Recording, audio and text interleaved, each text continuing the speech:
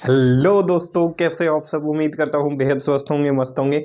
आज का जो हमारा वीडियो सेक्शन होगा that is called preparation of soap versus detergent. Detergent का वीडियो सेक्शन हम बिल्कुल सेपरेट लेके आएंगे। आज का जो वीडियो सेक्शन होगा वो कम्प्लीटली बेस होगा किसके ऊपर, सोप की प्रिपरेशन के ऊपर। तो अपने वीडियो सेक्शन की शुरुआत करने से पहले जो भी भाई बहन मुझे इस वीडियो के माध्यम से देख पा रहे हैं, सभी भाइयों को बहनों को आपके अपने भाई की तरफ से राम राम, सत श्री अकाल, जय हिंद, जय भारत। उम्मीद करता हूं आप बेहद स्वस्थ होंगे, मस्त होंगे और अपने जीवन में प्रगतिशील हो रहे होंगे। तो अपने वीडियो सेक्शन की शुरुआत करने से पहले हमेशा की तरह आपको मोटिवेट करने के लिए 4 लाइनें पेश कर देता हूं। मोटिवेशन हमेशा आसपास की चीजों को देख के ही दी जाती है, तो ध्यान से सुनना है। आजकल जो ट्रेंडिंग में चल रहे हैं वो चापलूस ट्रेंडिंग में चल रहे हैं, तो लगातार हम चापलूसों तक ये बात पहुंचाने की कोशिश कर रहे हैं। शायद सुन भी लेते होंगे, फिर समझ में नहीं आती होंगी तो चीजों को स्किप करके आगे बढ़ जाते होंगे। देखो, कभी ना कभी चीजें समझ में आएंगी। चलते हैं शायरी की तरफ। चापलूसों ने भी चापलूसी की हद कर रखी है। चापलूसों ने भी चापलूसी की हद कर रखी है। बिना संघर्ष आगे बढ़ने की जिद कर रखी है। बिना संघर्ष जीवन में आगे बढ़ने की जिद कर रखी है। आजकल ईमानदार गरीब, चापलूस माला माल है। और कुछ नहीं हजूर, यह बस चापलूसी का कमाल है। तो उम्मीद करता हूं ये लाइनें आपको पसंद आई होंगी। ईमानदार व्यक्ति गरीब है, सही है, लेकिन चापलूस व्यक्ति जो है वो कैसा है भाई, अमीर है, लेकिन उसकी ज्यादा कुछ वैल्यू है नहीं। आपको कई बार बता चुका हूं ईमानदार व्यक्ति की क्या है वैल्यू।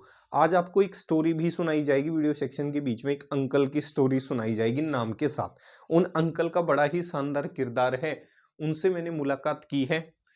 तो उन अंकल से मुलाकात करने के बाद मुझे कैसा फील हुआ वो मैं आपको जरूर बताऊंगा, लेकिन वीडियो सेक्शन लास्ट तक देखना है, ध्यान से देखो। सबसे पहले क्वेश्चन आता है कि आप सोप्स और डिटर्जेंट्स, सही है, टॉपिक का नाम है सोप्स एंड डिटर्जेंट्स, सही है। देखो जी, बिल्कुल एकदम ब्रीफ एक्सप्लेनेशन में लेके चलेंगे।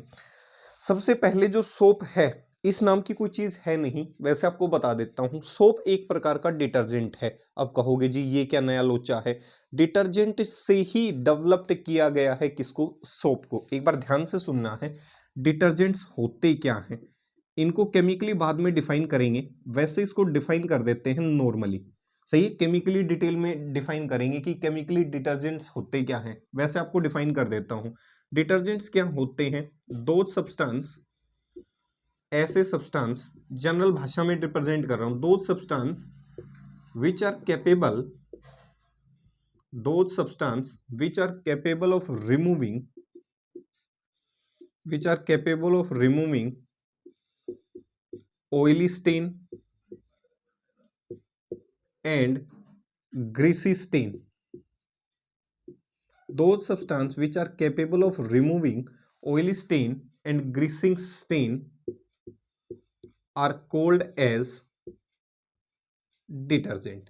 जर्नल भाषा में उन्हें मैं क्या कह सकता हूं भाई, डिटर्जेंट कह सकता हूं। केमिकली अभी मैंने डिटर्जेंट्स को डिफाइन नहीं किया है, मैंने साधारण भाषा में कहा है ऐसा सब्सटेंस जिसके पास टेंडेंसी हो, जो कैपेबल हो रिमूव करने की, क्या, ऑयल सब्सटेंस, ग्रीसी स्टेन, सही है। ऑयली स्टेन कह सकता हूं, ग्रीसी स्टेन कह सकता हूं, और कह सकते हो डर्ट, गंदगी को रिमूव करने के लिए जिस सब्सटेंस का, जिस माध्यम का इस्तेमाल किया जाए उसे आप नॉर्मली क्या कह सकते हो, डिटर्जेंट कह सकते हो। यहां तक किसी भी प्रकार की दिक्कत नहीं होगी भाई। आपने डिटर्जेंट देखे होंगे, कपड़े धोने के काम आते हैं, कह सकता हूं। तो वो कपड़े इस तरीके से धोते हैं कि उसके अंदर जो भी ऑयली स्टेन, ग्रीसी स्टेन है या किसी भी प्रकार का डर्ट पार्टिकल अगर फंसा हुआ है तो उसको क्या कर देते हैं, साफ कर देते हैं। अभी भी मैंने केमिकली इसको डिफाइन नहीं किया है, केमिकली सेपरेटली इसको डिफाइन करते हुए नजर आएंगे, ठीक है भाई। दूसरा पॉइंट आता है, ठीक है। अब क्वेश्चन ये आता है, जो डिटर्जेंट्स होते हैं वो यूजुअली दो प्रकार के होते हैं। Detergents are usually classified into two parts, are usually classified into two parts. Detergents को दो हिस्सों में क्या कर रखा है मेरे भाई, क्लासिफाई कर रखा है। बिल्कुल बेसिक टर्म्स दिखा रहा हूं कि डिटर्जेंट जो टर्म है वो है क्या और एक्चुअल में सोप नाम की कोई टर्म है नहीं। Soap is a type of detergent. Soap एक प्रकार का क्या है? डिटर्जेंट। तो ये एक नई चीज सीखने को मिलेगी आपको और मेरे को भी। तो detergents are usually classified into two parts. दो पार्ट्स में क्लासिफाई किया गया है। पहला पार्ट है that is called soapy detergents. कौन से डिटर्जेंट्स भाई? सोपी डिटर्जेंट्स। और दूसरा हिस्सा होता है मेरे भाई नॉन सोपी डिटर्जेंट्स। कौन से सोपी डिटर्जेंट्स? नॉन सोपी डिटर्जेंट्स। सही है। सोपी डिटर्जेंट्स जो होते हैं, नाम से ही पता चल रहा है सोपी, ऐसे डिटर्जेंट्स जिसमें किसको इंक्लूड किया जाएगा? सोप्स को। सोपी डिटर्जेंट्स जो हैं वो किसको इंक्लूड्स करते हैं? सोप्स को।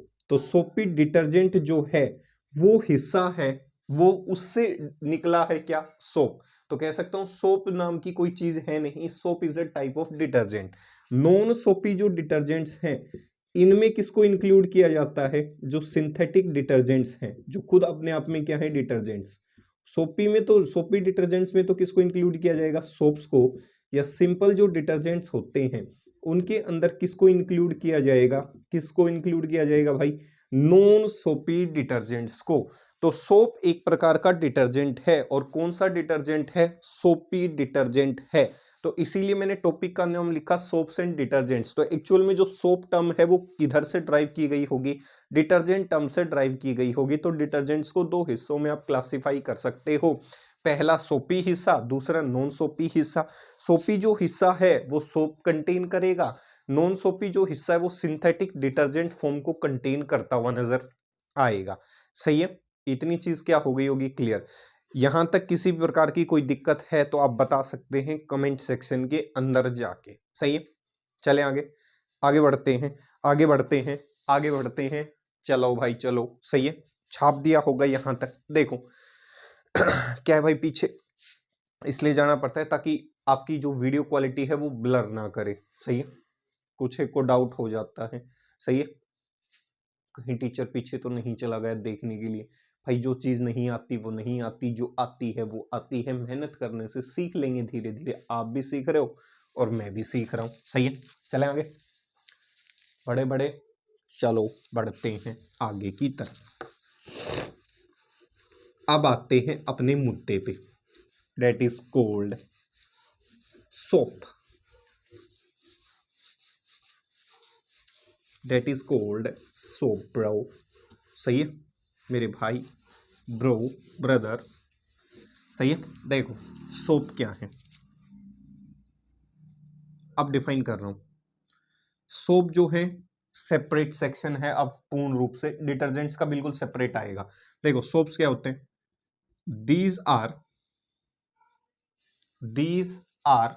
yes, these are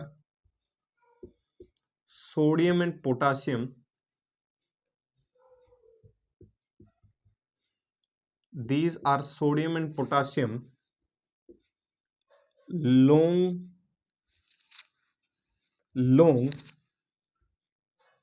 hydrocarbon chain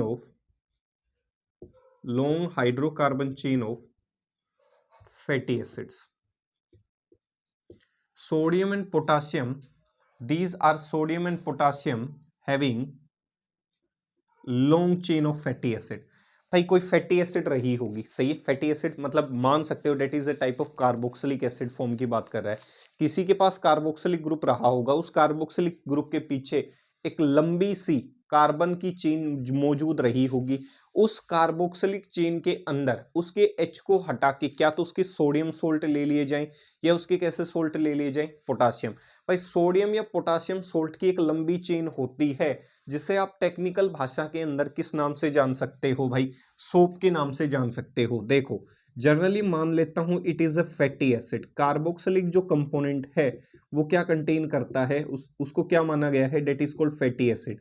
अब ये कह रहे हैं इस फैटी एसिड के हाइड्रोजन को हटाकर अगर मैं सोडियम डाल दूं या क्या डाल दूं? पोटासियम, और इस आर ग्रुप की चेन को लगातार लंबा क्या करता हुआ चला जाऊं? बढ़ाता हुआ चला जाऊं, तो उस चेन को आप किस नाम से जान सकते हो? सोप के नाम से जान सकते हो। तो इसे आप किस नाम से जान सकते हो भाई?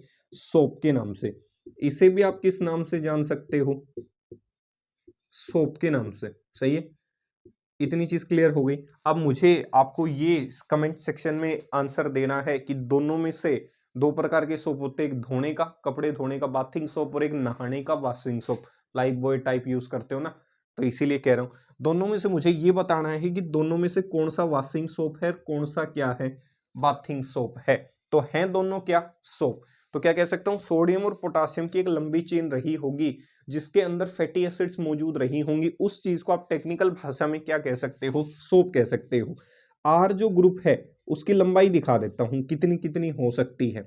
देखो, हो सकता है C17H35, सही है। आर ग्रुप जो है उसकी पहली लंबाई 17 कार्बन तक हो सकती है, तो फॉर्मूला क्या बन जाएगा, C17H35COONA। इसे कहा जाता है स्टीरिक एसिड। कौन सी एसिड भाई, स्टीरिक एसिड, सही है। अगर आर ग्रुप अभी भी इतना है तो इसकी जगह C17H33, आर का फॉर्मूला क्या हो जाए, C17H33COONA, C17H33OONA। इसे कहा जाता है ओलिक एसिड, है सारी क्या, फैटी एसिड। स्टीरिक एसिड भी एक प्रकार की क्या है ब्रदर, फैटी एसिड है, और ओलिक एसिड भी एक प्रकार की क्या है भाई, फैटी एसिड है। तो आर ग्रुप की साइज दिखा रहा हूं कितनी वेरी हो सकती है। तीसरा हो सकता है मेरे भाई, आर जो ग्रुप है, क्या हो सकता है, जो आर जो ग्रुप है मेरे भाई वो हो सकता है C15H31 हो जाए। तो फॉर्मूला क्या बन जाएगा मेरे ब्रदर, C15H31COONA। इसे कहा जाता है पामेटिक एसिड। कौन सी ब्रदर, पामेटिक एसिड, सही है, ठीक है भाई, अच्छा लगा, सही है। तो इसका मतलब सोडियम और पोटासियम की एक लंबी चेन रही होगी, दिख रही होगी, अच्छी खासी लंबी चेन है। C17H35 इसे किस नाम से जाना जाता है, स्टीरिक एसिड के नाम से। इसे किस नाम से जाना जाता है, ओलिक एसिड के नाम से। और इसे किस नाम से जाना जाता है, पामेटिक एसिड के नाम से। याद रखने की ट्रिक मैं बता देता हूं, वरना आप ये फॉर्मूला भी यूज कर सकते हो। हमने जो अभी अभी जर्नल फॉर्मूला यूज किया था, जर्नल फॉर्मूला क्या था सोप का, अभी अभी लिखा था जर्नल फॉर्मूला ऑफ सोप, जिससे भी आपकी बात बन जाएगी। वो फॉर्मूला था RCONA या फिर RCOK। ये सारे क्या हैं ब्रदर, सोप हैं, घबराने की आवश्यकता नहीं है, सही है। इतनी चीज क्लियर हो गई। इसको देखो, याद रखने की ट्रिक बता देता हूँ। S यहां से उठा लो, O यहां से उठा लो, P, बना भी क्या रहे हो, सोप। तो ट्रिक का नाम भी क्या है, soap, SOP, stearic acid, oleic acid, palmitic acid. समझ में आया, कहानी समझ में आई, बस समझ में आनी चाहिए, कहानी का पात्र समझ में आना चाहिए।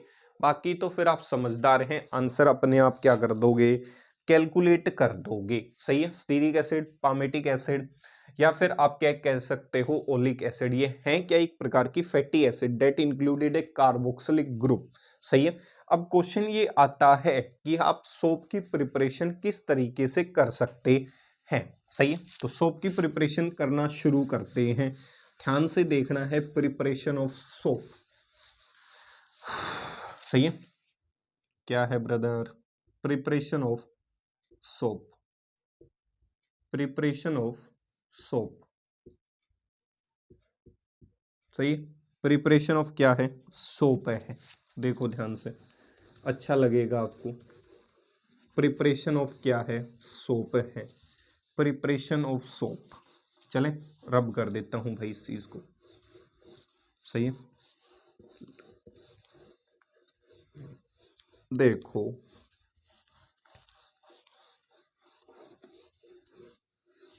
देख लो सोप की प्रिपरेशन करते कैसे हैं, सही है। शुरू करें, देखो ध्यान से। सबसे पहले व्हेन, स्टेप फर्स्ट,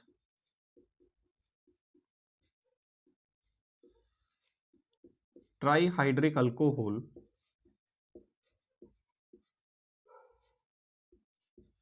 ट्राईहाइड्रिक का मतलब होता है ऐसी अल्कोहल जिसमें 3 OH ग्रुप जो मौजूद रहे हों। कितने OH ग्रुप जुड़े रहे हों, 3 OH ग्रुप, सही है। इतनी चीज क्लियर हुई, क्या कह रहा हूं, कहानी समझ में आई होगी, चलें, सही है। देखो, when trihydric alcohol is treated with carboxylic acid, is treated with carboxylic acid, it will result in formation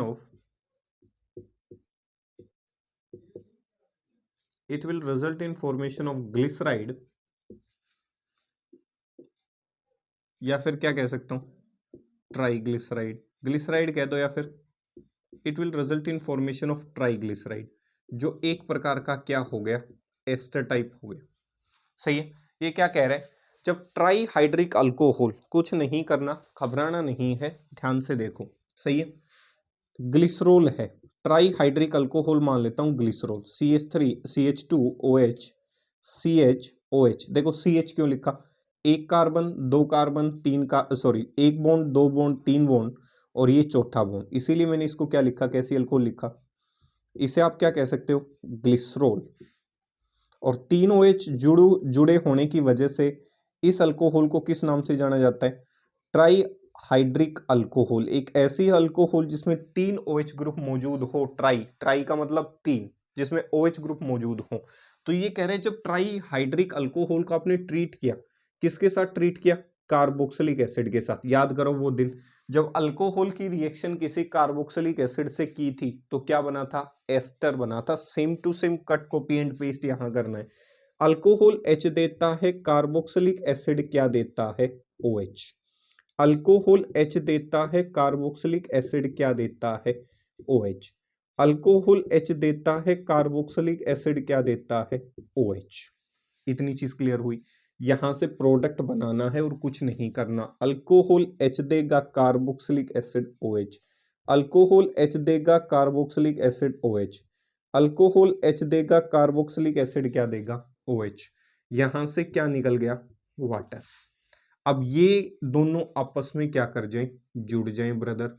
CH2O, देखो मॉलिक्यूल को देख के मेरे भाई घबरा मत जाना, कुछ नहीं किया, अल्कोहल लिखी है और उनको किसके साथ ट्रीट किया है, फैटी एसिड के साथ, जिसे आपने किस नाम से जाना है, कार्बोक्सिलिक एसिड। सिर्फ इतना ध्यान रखना मेरे ब्रदर।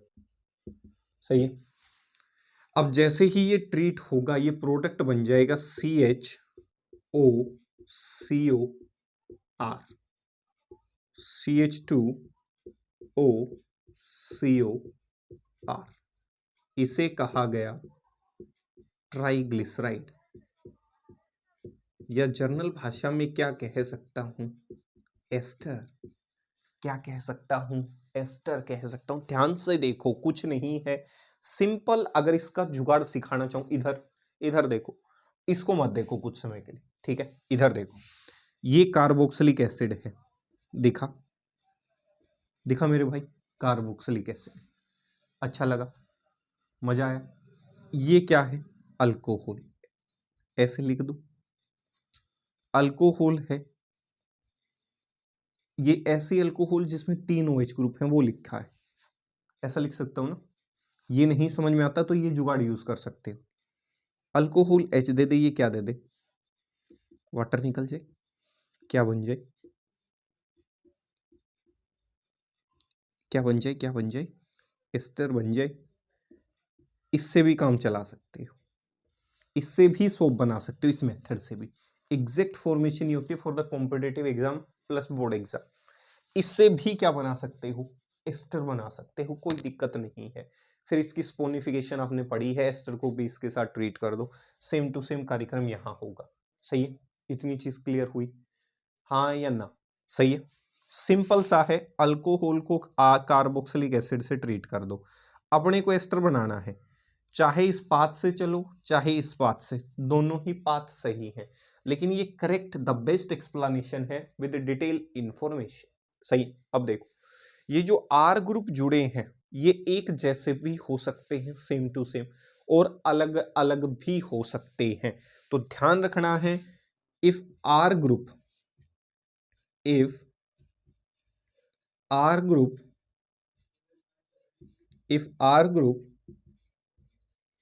attached on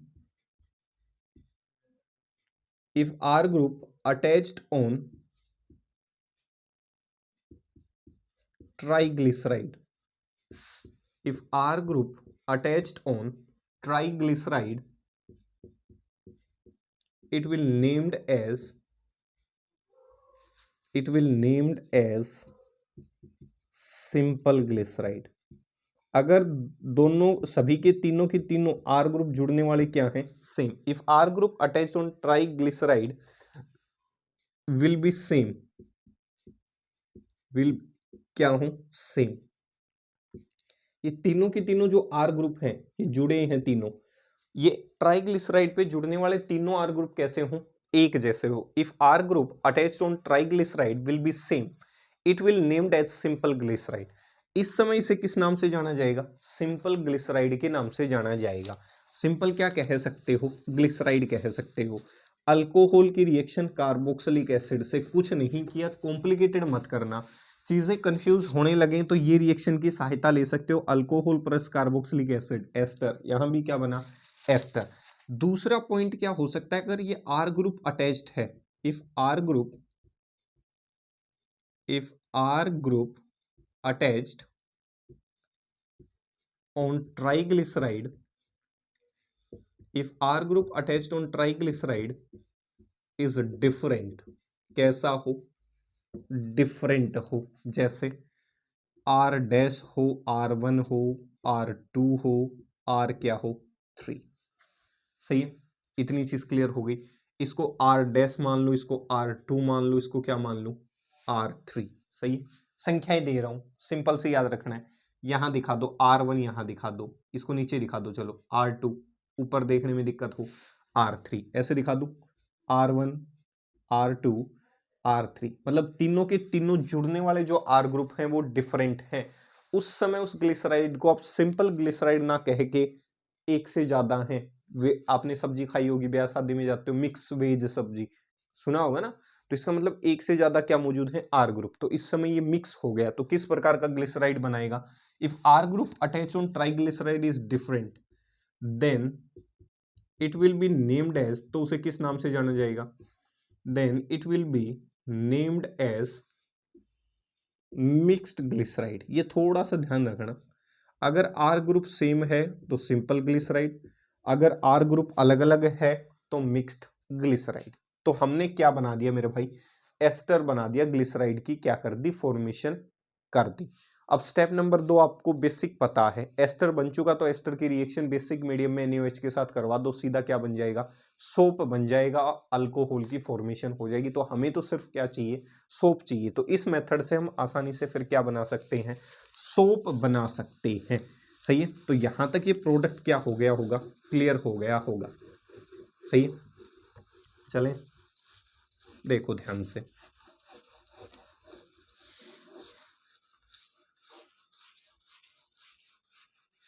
आपने गाना सुना होगा क्या, तू मेरे मन की मैं ना होती, मैं तेरे मन का तोता, सुना होगा ना, अच्छा लगा, वैसे ही गुनगुनाने का इच्छा हुई, सोचा आपके साथ थोड़ी बातें भी हो जाए।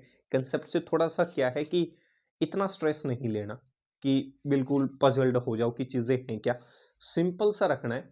अल्कोहल प्लस कार्बोक्सिलिक एसिड, पहले स्टेप में सिर्फ एस्टेरिफिकेशन करनी है, उस एस्टर को किससे ट्रीट करना है, दूसरे स्टेप में स्पोनिफिकेशन रिएक्शन बेस से ट्रीट कर दो, वही उसका क्या होगा मेरे भाई, क्या होगा, आंसर होगा। और क्या होगा यार, सही है। स्टेप नंबर 2 स्पोनिफिकेशन,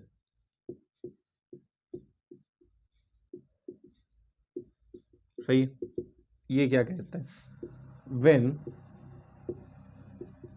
एस्टर, या फिर क्या बना था, ट्राई, व्हेन एस्टर या triglyceride is treated with is treated with this is treated with a strong base like NaOH and QH, it will result in formation of soap along with, क्या बनाएगा, along with side products, along with side products। अभी देख लेते side products क्या। सही, देखो ध्यान से, रिएक्शन ऊपर की तरफ दिखा रहा हूँ। ट्राइग्लिसराइड बना था, सही। आप एक बार फिर से ट्राइग्लिसराइड बनाएंगे। आपका जो ट्राइग्लिसराइड था, देखो वो था क्या, वो ऐसा था, कैसा था, ऐसा था, और कैसा था, सही है, और कैसा होगा, सही है, मजा आया। अरे यार इसको नीचे लिखो भाई, ये भी चुगलखोरों की तरह सर पे बैठने की कोशिश करता है। ये क्या है भाई, ट्राइग्लिसराइड है। 2-4 बार लिखोगे चीजें क्लियर हो जाएंगी, हेडेक ना लो, ये सिंपल एस्टर है। बात ये है, कह सकता हूं ना, इतनी चीज क्लियर हुई। इसको किससे ट्रीट कर दो, किससे ट्रीट कर दो, बेस से ट्रीट कर दो, जो आपको अच्छा लगे। एक समय में सिर्फ एक बेस, क्या तो NaOH से या फिर KOH से। प्रोडक्ट क्या बनेगा मेरे भाई, प्रोडक्ट, हाँ भाई प्रोडक्ट क्या बनेगा एस्टरिफिकेशन का, सॉरी स्पोनिफिकेशन का। एस्टर की रिएक्शन बेस के साथ क्या बनता है, क्या बोलती पब्लिक, क्या बोलते भाई, अल्कोहल बनती है plus sodium salt of carboxylic acid बनती है। ये टूट जाएगा इधर से, कह सकता हूं इधर से बॉन्ड टूट गया होगा, Na+ यहां जुड़ गया होगा, OH इसके साथ जुड़ गया होगा, तो तुमने बना डाला, क्या बना डाला, यही बना डाला वापस, अल्कोहल बना डाली, क्या बना डाली, ग्लिसरॉल। और इधर से क्या बना डाला भाई, जब बॉन्ड टूटा होगा, RCO, इधर दिखा देता हूं अच्छा लगेगा, क्या बना डाला, RCONA, सही है। किसी में R- बना होगा, R ग्रुप अलग अलग रहे होंगे, या फिर ब्रदर क्या बना होगा, RCOK, इसी को क्या कहते हैं, सोप कहते हैं। ऊपर वाले को भी क्या कहते हैं, क्या कहते हैं, क्या कहेंगे भाई, सोप कहेंगे। और ग्लिसरॉल एक प्रकार की क्या है, अल्कोहल है, सही है। ऐसा नहीं दिखाना चाहते तो दूसरा जुगाड़ है ही, पीछे आपने एस्टर बना ही लिया था ऐसे,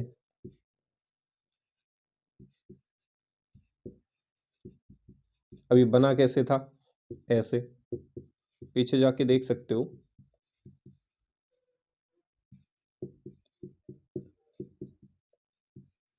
ये जुगाड़ है, आंसर इससे भी वही बनना, ऊपर वाली एग्जैक्ट आंसरिंग है, एस्टर बन गया प्लस H2। इस एस्टर का स्टेप नंबर 2 क्या कर दो, जो अभी अभी लिखा है स्पोनिफिकेशन, इसको किसी बेस से ट्रीट कर डालो, प्रोडक्ट बन जाएगा RCONA बाबू भाई, या फिर KOH से ट्रीट किया होगा तो बाबू भाई क्या बन जाएगा, RCOK plus plus plus ROH plus ROH, इसी को क्या कहते हैं, अल्कोहल। अपने को क्या बनाना था, सोप, ये भी लिख सकते हो। और ऊपर के जो पीछे के 2 स्टेप लिखे थे वो भी लिख सकते हो, दोनों ही मेथड करेक्ट हैं for the preparation of a soap. अब क्वेश्चन ये मेरे भाई, चलो सोप बन गया, लेकिन सोप अपने साथ बहुत सारी समस्याएं लेके आया, क्या, ग्लिसरॉल नहीं चाहिए हमें, हमें नहीं चाहिए ग्लिसरॉल, क्या नहीं चाहिए, ग्लिसरॉल। तो सोप को क्या करना पड़ेगा, ग्लिसरॉल से सेपरेट, इसका मतलब इसके सॉल्यूशन को गर्म किया जाएगा, क्या किया जाएगा ब्रदर, गर्म किया जाएगा। जैसे ही सॉल्यूशन को गर्म करोगे तो जो सोप होता है वो हल्का होता है नेचर के अंदर, और कहाँ पहुंच जाता है, सरफेस के ऊपर। और जैसे ही सरफेस पे पहुंचता है, आपने गाड़ी के वाइपर्स देखे होंगे ना, जब बारिश होती है तो ऐसे ऐसे चलते हैं। तो ऐसे ही बड़ी जो कंपनियां होती हैं जो सोप की प्रिपरेशन करती है, तो बड़े बड़े ड्रम्स होते हैं, सही है। उन ड्रम्स के ऊपर जैसे आपने उनको हीट किया होगा तो जो सॉल्यूशन है वो क्या कर गया होगा, ऊपर आ गया होगा। सोप हल्का होता है नेचर के अंदर, ऊपर आ जाता है, और वाइपर्स चलते रहते हैं ऐसे लगातार। तो जैसे ही वाइपर्स चलेंगे सोप हल्का होगा, उनके कॉन्टेक्स्ट में आएगा, तो वाइपर अपने साथ किसको बहा के लेके चला जाएगा, सोप को, और आसानी से सोप जो है वो सेपरेट हो जाता है किससे, किससे, ग्लिसरॉल से। तो इसका मतलब अगर आप सोप को सेपरेट करना चाहते हो, देखो भाई, व्हेन सॉल्यूशन इज हीटेड, जब सॉल्यूशन को क्या किया जाएगा, when solution is heated, soap components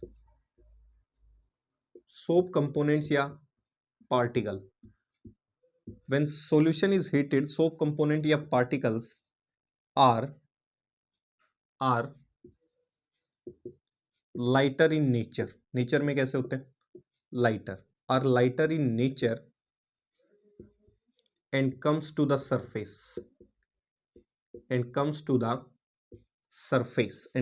surface easily, where their solution where their solution is easily removed where their solution is easily removed by the help of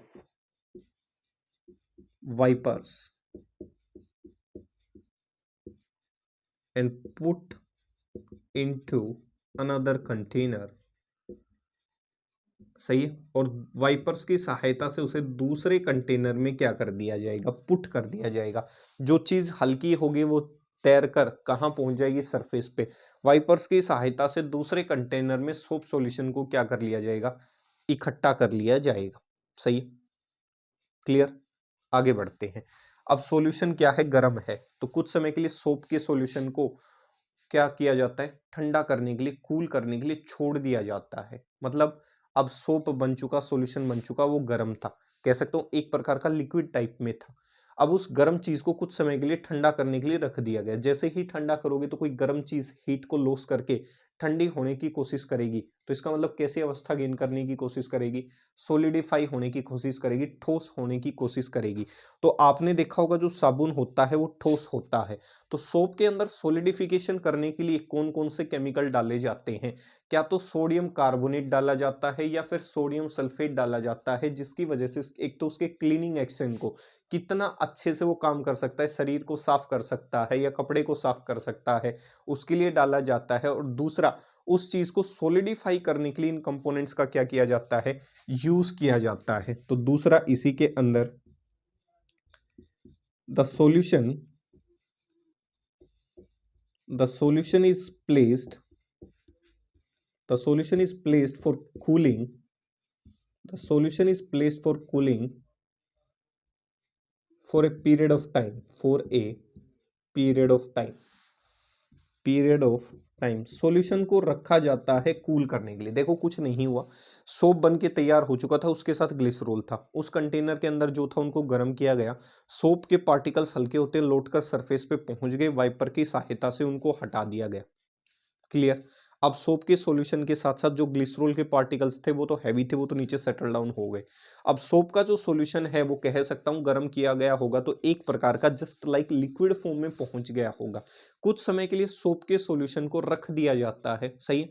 और जैसे ही रखोगे तो वो अपनी हीट को लॉस करके वापस कौन सी अवस्था में आने की कोशिश करेगा, सॉलिड अवस्था में आने की कोशिश करेगा, या फिर उसे सॉलिड अवस्था में लाने के लिए बाहर से कुछ एक क्या डाले जाते हैं, केमिकल्स। तो उन्हीं चीज की बात कर रहा हूं। The solution is placed for cooling for a period of time and addition of, किसकी एडिशन करेंगे brother, and addition of sodium carbonate, किसकी एडिशन करेंगे, sodium carbonate and sodium phosphate Na3PO4, पीछे फॉर्मूले मेकिंग सिखा दी है भाई, सही है, ठीक है।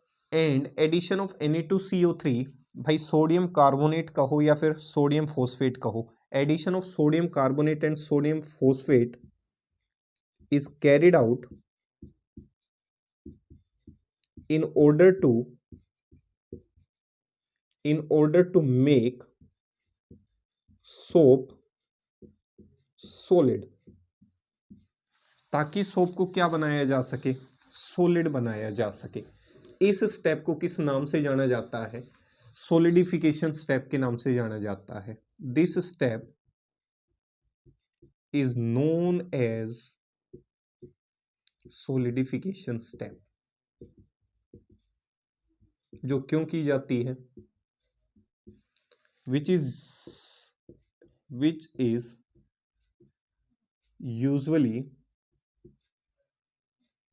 usually done to improve cleaning action of soap की गुणवत्ता को सुधारने के लिए, क्लीनिंग एक्शन ऑफ सोप। भाई लोग तो अपनी आदतें नहीं सुधार सकते, लेकिन हम तो साबुन सुधार सकते हैं। इतनी चीज क्लियर हो गई होगी। लोगों के अंदर आज भी तकलीफें उतनी हैं जितनी बेचारों में पहले हुआ करती थी। तो यहां से आप कह सकते हो, देखने पे पता चला कि ये आपको दिख नहीं पा रहा है, तो इस चीज को मैं यहां लिख देता हूं।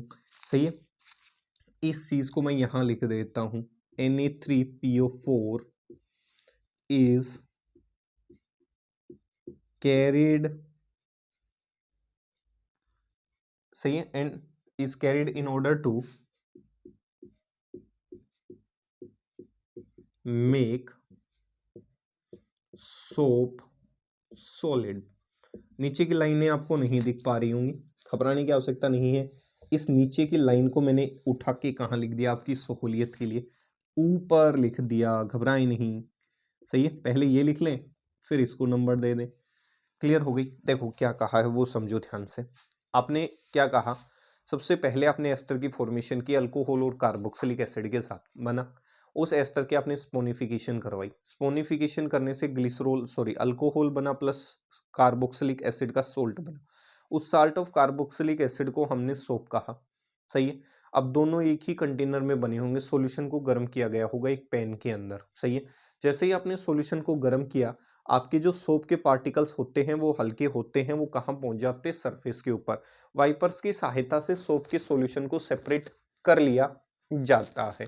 अब दूसरे कंटेनर में उसको क्या कर दिया गया, रख दिया गया। अब सोप का सॉल्यूशन कैसा रहा होगा, आपके लिक्विड फॉर्म के अंदर मौजूद रहा होगा, उसको कुछ समय के लिए ठंडा होने के लिए रख दिया जाता है, और ऊपर से कुछ एक केमिकल्स डाल दिए जाते हैं, जैसे सोडियम कार्बोनेट डाला जाता है और सोडियम फॉस्फेट। क्या डाला जाता है, sodium carbonate, sodium phosphate, sodium carbonate और सोडियम फॉस्फेट केमिकल्स डाले जाते हैं, ताकि उस सोप को सोलिडिफाई किया जा सके, उसको कठोर बनाया जा सके, उसको आकार दिया जा सके। तो आकार देने के लिए या ठोस बनाने के लिए आप कह सकते हो सोडियम कार्बोनेट और सोडियम फॉस्फेट नाम के केमिकल्स का इस्तेमाल किया जाता है। अब जैसे ही सोप सोलिडिफाई हो गया, तो कह सकता हूं आधी से ज्यादा चीजें क्या हो गई, क्लियर हो गई। That is called cleaning action of soap बढ़ जाता है। उससे क्या बढ़ जाता है, सोप का क्लीनिंग बिहेवियर बढ़ जाता है। इसके बाद अब देखो और क्या कर सकते हो, ऐसा भी कर सकते हो, इसमें एक टर्म आती है that is called salting out, कि अब सोप को क्या करना है, सारी चीजें तैयार हो चुकी हैं, अब सोप को कंटेनर से क्या करना है, बाहर निकालना है। तो साल्टिंग आउट प्रोसेस क्या कहती है, ये इंपॉर्टेंट है। साल्टिंग आउट का मतलब होता है, क्या होता है वो जरा समझे आप। सोप के सॉल्यूशन में साल्टिंग आउट क्या कहती है, in solution of soap, soap के सॉल्यूशन में, in solution of soap NaCl is added. Soap के सॉल्यूशन में किसको ऐड किया जाता है, NaCl को। In solution of soap NaCl is added,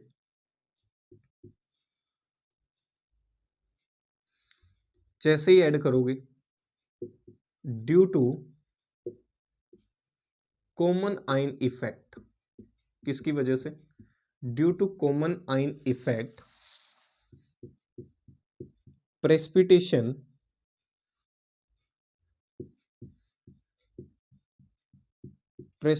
of in solution of soap NaCl is added due to common ion effect, precipitation of